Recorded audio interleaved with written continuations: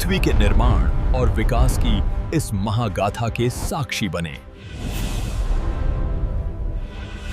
हमारे राज्य में न्याय सबसे ऊपर है। हमारी प्रजा को इसकी रक्षा की जाएगी। चलिए मुगल काल को महलों से नहीं, आम लोगों की नजरों से देखते हैं। मुगल भारत का नाम सुनते ही जहन में क्या आता है? बादशाह और उनके महल? पर असली भारत तो कहीं और ही था। हम जानते हैं बादशाहों की कहानियां, लेकिन उन लोगों का क्या जो इन कहानियों में कहीं खो गए? चलिए शुरुआत करते हैं उन बाजारों से। आगरा, दिल्ली और लाहौर के बाजार जो असल में इस साम्राज्य का दिल थे। ये सिर्फ बाजार नहीं थे। सोचिए, यहाँ ईरानी सिल्क, अरबी परफ्यूम और अफ्रीकी हाथी दांत सब कुछ मिलता था। यहीं पर एक हिंदू सुनार और एक मुस्लिम कपड़ा व्यापारी एक साथ बैठकर चाय पीते थे। सब घुले मिले थे।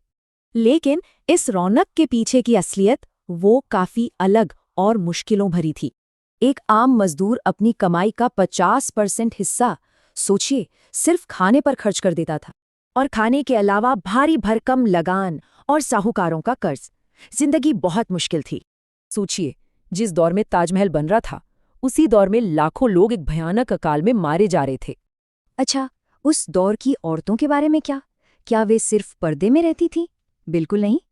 हकीकत तो ये है कि औरतें खेतों में काम करती थीं, बाजारों में व्यापार करती थीं और घर चलाती थीं। और कुछ जैसे महारानी नूरजहां के हाथों में तो सियासत की असली ताकत थी। उनके नाम के सिक्के ढाले जाते थे, मतलब बड़े से बड़े फैसलों पर उनकी मोहर लगती थी। ये दौर सिर्फ जंग और लड़ाइयों का नहीं था, उस वक्त की टेक्नोलॉजी भी कमाल की थी। फतेहपुर सीकरी का नेचुरल एयर कंडीशनिंग सिस्टम देखिए, बिना मशीन के ठंडी हवा, आज भी कमाल लगता है। और हाँ, हमारी सबकी पसंदीदा डिश बिरयानी, उसका भी एक मज़ेदार इतिहास इसी दौर से है। आज की ये शाही डिश असल में सैनिकों के लिए बनाए गए एक आसान वन पॉट मील से शुरू हुई थी। कला और ज्ञान सिर्फ बादशाहों तक ही नहीं था, बल्कि आम लोगों की जिंदगी में भी रचा बसा था। तानसेन का संगीत हो या गांव के चौपाल की कहानियां, यही तो जिंदगी का असली रंग था। शिक्षा को बहुत अहमियत दी जाती थी। मदरसों और गुरुकुलों में हर तरह के विषय पढ़ाए जाते थे।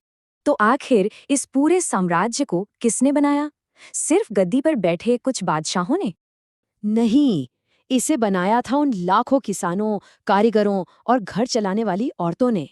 उनकी मेहनत और उनका हुनर, यही थे इस दौर की असली बुनियाद। यही था अनदेखा मुगल भारत।